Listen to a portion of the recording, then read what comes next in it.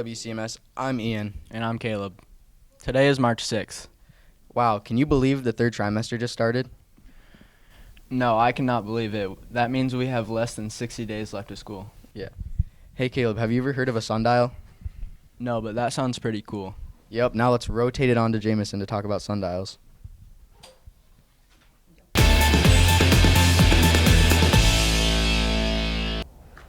Hey WCMS, it's Jameson here. In 5th grade science, along with our study of Earth's rotation, we have been learning about sundials. A sundial is a tool that they used a long time ago to help tell time. In our science class, our teachers made us sundials that had the hours of the day on it with a toothpick in the middle. We took it outside and pointed 12 o'clock on the sundial toward the north, and the toothpick shadow pointed to a time on the clock. The time on the sundial changed depending on where the sun was in the sky. Our class went out about 9 o'clock, so the dial was pointed to the 9.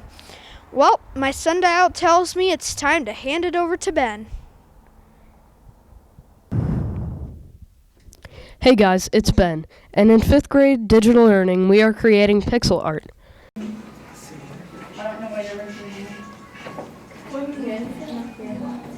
Pixel art is where you create a picture using individual squares. You have to assign certain colors to different numbers on your keyboard, and then type the number into the box you want changed.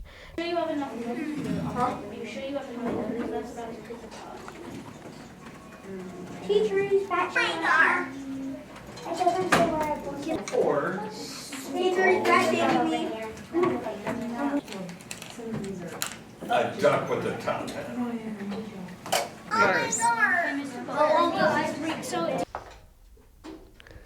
The final result is very satisfying. That's all from me, and now I'll digitize it to the anchors. Wow, that was very artistic of them. Yes, it was. All right, then, let's hunt our way to Kyrie.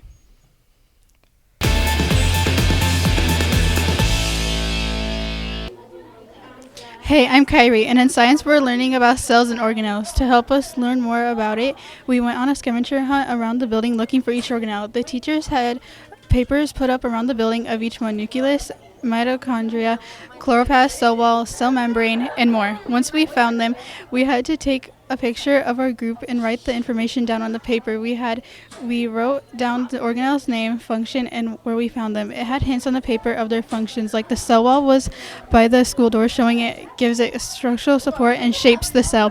It was fun to run around the building and learn at the same time. That's all. Now let's send it on over to Max. Hey WCMS, I'm Max, and in 6th grade art we are doing clay bunnies. First, we start off with 2 pinch pots. We score and slip them together so they won't come apart. To make it look like it isn't 2 pieces of clay, we add a coil and smooth it out. Next, we work on the head. To make the head, you start off with a chunk of clay. Then you round and shape it to the shape of the head that you want. Once you have that done, you pull the clay around the area where the ears go.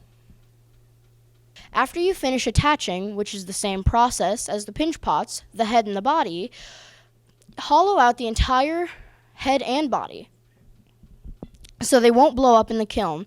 Then you add the arms and legs. I really liked this project, and I think it's a great skill that everybody needs to know. Well, have a hopping good spring break, and now let's hop it over to the anchors. Wow, that just makes me want to hop around the classroom. Yeah, I do too. Anyways, let's pass it on to Ava with another science report.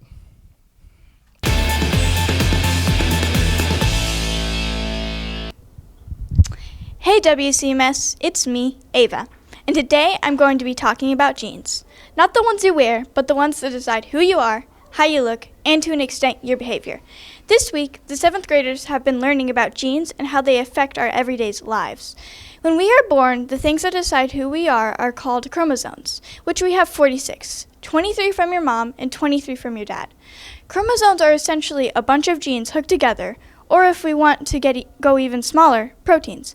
Fundamentally, it is a 50-50 chance that you'll either get a certain gene or chromosome from your mom or your dad. The 7th graders have been doing a lot of activities and exploring how certain gene mutations and can and probably will mess with your proteins. We did this one activity called rearranging proteins, and we used a simple sentence to demonstrate the original protein sentence, a replacement sentence, a deletion sentence, and an insertion sentence. A replacement sentence means one letter is replaced with another incorrect letter. Deletion means we removed one letter and shifted everything over, also called a frame shift. And lastly, an insertion sentence, meaning we added not necessarily an incorrect letter, but it was in the wrong place. We also had to do a frame shift. I sure had a lot of fun doing this exploration on genes, and I'm so excited to learn more about them. Well, that's all from me. Let's send it on over to Owen. Hey WCMS, it's Owen, and today I will be covering the 5th through 8th grade band concert. This was our second band concert this year, and it was on February 28th, 2023. The 5th grade crowd's favorite song is Dr. Rock. Here it is.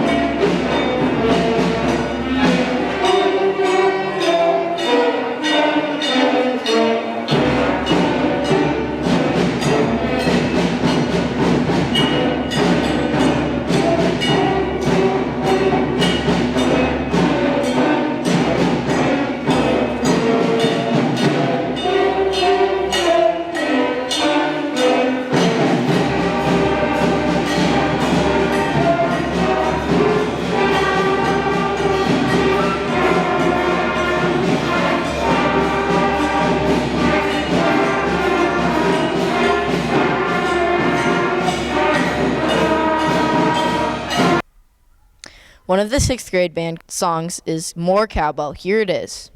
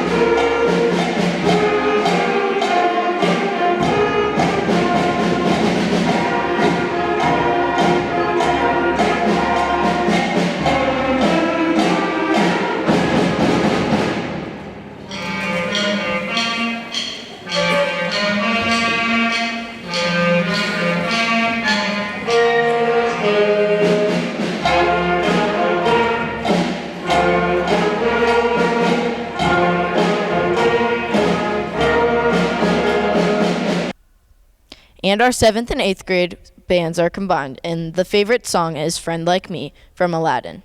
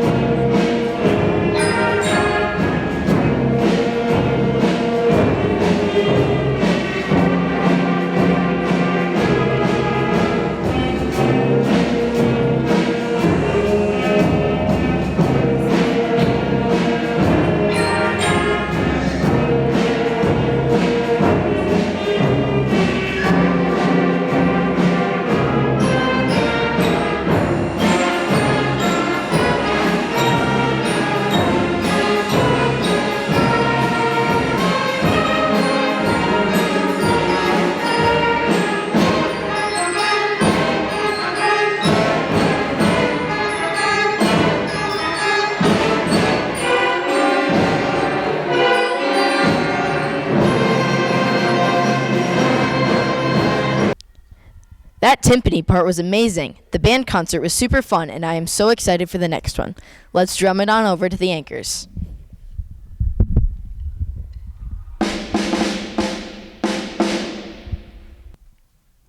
Wow, that makes me want to jam out. Same. I just want to rock out, dude. Gee willikers, it looks like it's time to learn about historical fiction with Peyton.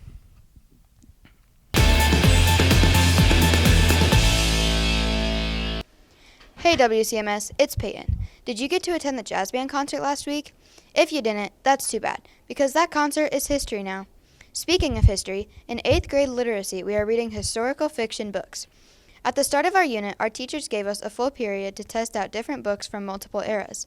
Some of the eras we were allowed to pick from were World War II, the Holocaust, the First World War, 9/11, the Civil War, the Revolutionary War, and yellow fever.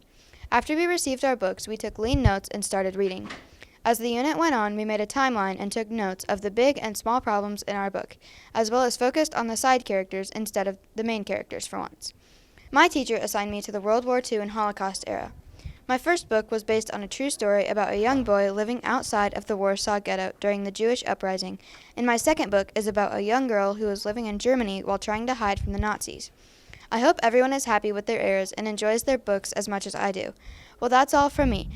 So let's send it on over to the anchors. Hey WCMS, it's Shamila. In 8th grade art, we are doing self-portraits. First, you start with a selfie of yourself. Then you give it to Miss Trujillo, and she puts it in an editor to make it black and white and print it out for you. Then you count how many shades are in your picture, and however many there are, then that's how many paint shades you mix up. Then Miss Kaiser will make your picture bigger for you to shade on the back and trace onto a cardstock. Finally, you should be able to start painting, and once you're done, it should look like this.